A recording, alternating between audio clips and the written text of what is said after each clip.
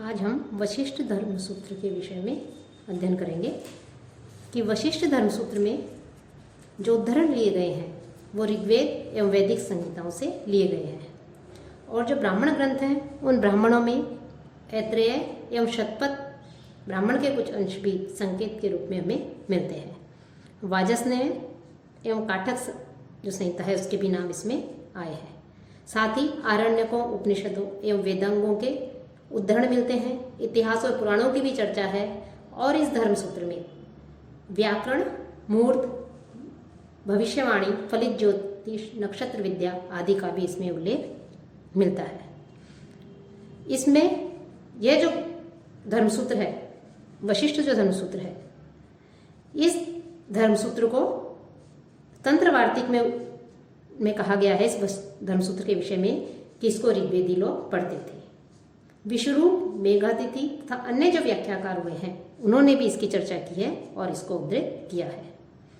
तीवर देव का जो रागिम ताम्रपत्र है उसमें इस धर्मसूत्र का उद्धरण दिया गया है और इस ताम्रपत्र का जो समय है, इस ताम्रपत्र का समय 8वीं शताब्दी का अंतिम चरण माना गया है। ईसा की प्रथम शताब्दी में जो धर्मसूत्र है यह उपस्थित था। अन्य ग्रंथकारों ने 7वीं शताब्दी के उपरांत भी इसकी ओर संकेत किया है, लेकिन इसमें कोई संदेह नहीं है कि यह जो धर्मसूत्र है, वशिष्ठ धर्मसूत्र, यह गौतम, आपस्तम एवं बोधायन के बाद का जो है ये धर्मसूत्र है। इसमें यह गद्य में भी है और यत्र तत्र इसमें पद्य भी मिलते हैं। इसकी शैली गौतम धर्मसूत्र से बहुत मिलती है और गौतम धर्मसूत्र में से बहुत कुछ जो है अंश हमें इसमें मिलता है और बोधायन धर्मसूत्र का भी इसमें से कुछ ग्रहण किया गया है। इस धर्मसूत्र में 30 अध्याय माने गए हैं। 30 अध्याय प्रकाशित हैं, करीब 6 अध्याय से लेकर 30 अध्यायों में यह प्रकाशित है। इसमें कुछ शेपक भी माने जाते हैं, लेकिन मुख्य रूप से जो धर्मसूत्र है इसके जो 30 अध्याय हैं उन 30 अध्यायों में की जो विषय वस्तु है, इसमें जो वर्णन किया गया है जिन विषयों का, उसमें मुख्य रूप से धर्म की क्या परिभाषा है, आर्यावर्त की सीमाएं, पापी कौन होता है, नैतिक पाप क्या है, और जो विवाह आदि हैं 6 प्रकार के विवाह, राजा प्रजा के आचार को संयमित करने वाला माना गया है और षष्ठांश जो है वो कर के रूप में लेता है। ये प्रथम उसमें अध्याय में वर्णन किया गया है। दूसरे में चारों वर्णों का उपनयन के पूर्व जो धार्मिक क्रिया संस्कारों के लिए कोई प्रमाण नहीं बताए गए हैं, आचार्य की महत्ता है, चारों जातियों के विशेषाधिकार एवं कर्तव्य, लेकिन विपत्ति की अवस्था में ब्राह्मण आदि क्षत्रिय और वैश्य की वृत्ति को भी अपना सकते हैं, कुछ निषेधों के साथ में इसका इसमें वर्णन है। साथ ही ब्याज का भी इसमें वर्णन किया गया है।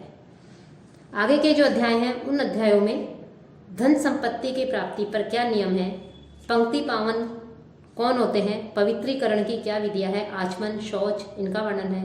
साथ ही चारों वर्णों के वर्णन के साथ साथ जो अतिथि सत्कार है, मधुपर्क और जो आशोच व्यवस्था है, जन्नाशोच, मरणाशोच, उसका भी इसमें वर्णन है। स्त्रियों की आश्रितता और जो स्त्री हैं उनके आचार नियमों का, धर्म को व्यवहार माना गया है, आचार की प्रशंसा की गई है। साथ ही अच्छे कुल के कुछ नियम ही बताए गए हैं और किनके यहाँ भोजन ग्रहण करना चाहिए, इनका विषय इसमें वर्णन है। चारों आश्रमों का इसमें वर्णन किया गया है।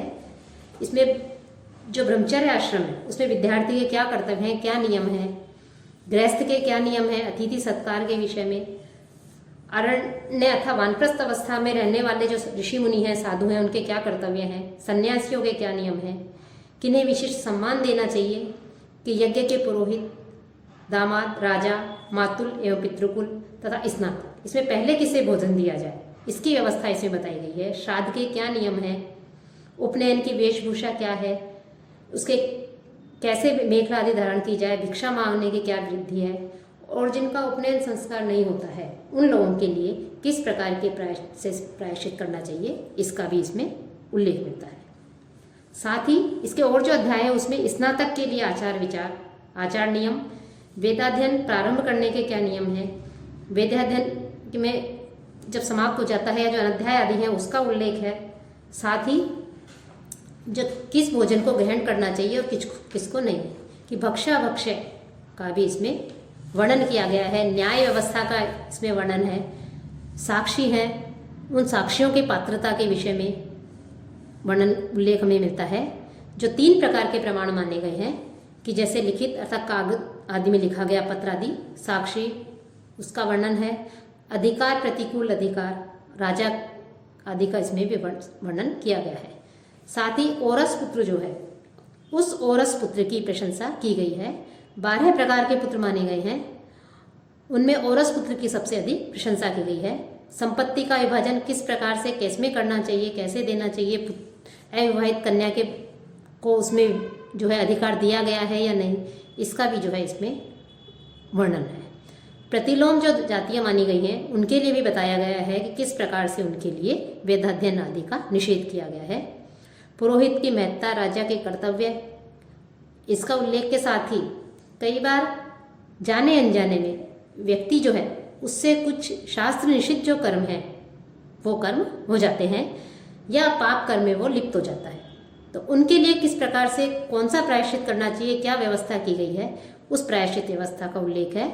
वर्जित भोजन करने पर और संभोग सुरापान करने पर ब्रह्मचारी के प्रायश्चित, कृच्छ अतिकृच्छ इसके विषय में वर्णन है, व्रतों के विषय में वर्णन है, प्रायश्चित के विषय में वर्णन है। साथ ही जो सामान्य जो पाप होते हैं उनके लिए भी व्रत आदि का विधान किया गया है। और इसके अलावा प्राणायाम के जो गुण हैं, गायत्री के जो वैदिक सूक्त हैं पवित्रीकरण के लिए, उसका वर्णन के साथ साथ नारी की प्रशंसा इसमें की गई है। अघमर्षण और दान संबंधी वैदिक मंत्रों की प्रशंसा के साथ साथ इसमें धर्म की प्रशंसा को महत्व देते हुए उसका भी इसमें उल्लेख किया गया है। तो इस प्रकार से इसमें बहुत कुछ वशिष्ठ धर्मसूत्र में जो बहुत से विषय जो हमें मिलते हैं, उसमें वो विषय अन्य धर्मसूत्रों में भी हमें प्राप्त होते हैं, कि वशिष्ठ धर्मसूत्र बहुत कुछ उनसे मिलता जुलता है जो इससे पूर्व के जो धर्मसूत्र हो चुके हैं। विषय जो सूची है वो गौतम धर्मसूत्र, बोधायन धर्मसूत्र से कुछ अंतर नहीं है, और न शैली में, क्योंकि यह भी गद्य में है और यत्र तत्र इसमें पद्य भी मिलते हैं। और यह जो है उन धर्मसूत्रों से इन्होंने कुछ ऐसे के ऐसे जो है कुछ अंश भी प्राप्त किए हैं। तो इस प्रकार गौतम और आपस्तंभ इन धर्मसूत्रों के पश्चात जो बोधायन का जो धर्मसूत्र है, बोधायन के पश्चात जो वशिष्ठ धर्मसूत्र है, गौतम, आपस्तंभ और बोधायन के पश्चात इस वशिष्ठ धर्मसूत्र को भी अत्यधिक जो है महत्व धर्मशास्त्र का इतिहास में जो है, धर्मशास्त्र का जो इतिहास है उसमें अत्यधिक महत्व दिया गया है। और इसके लिए हमेशा ही जो है यह समाज उसका ऋणी रहेगा। इसके